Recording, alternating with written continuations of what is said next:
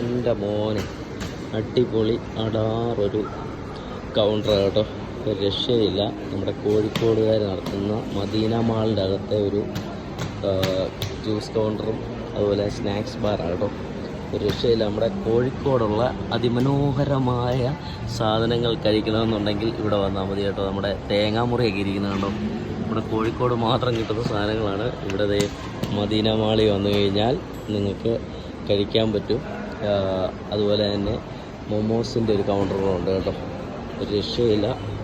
വെട്ടിക്കൊള്ളി അടാറൊരു space തന്നെയാണ്.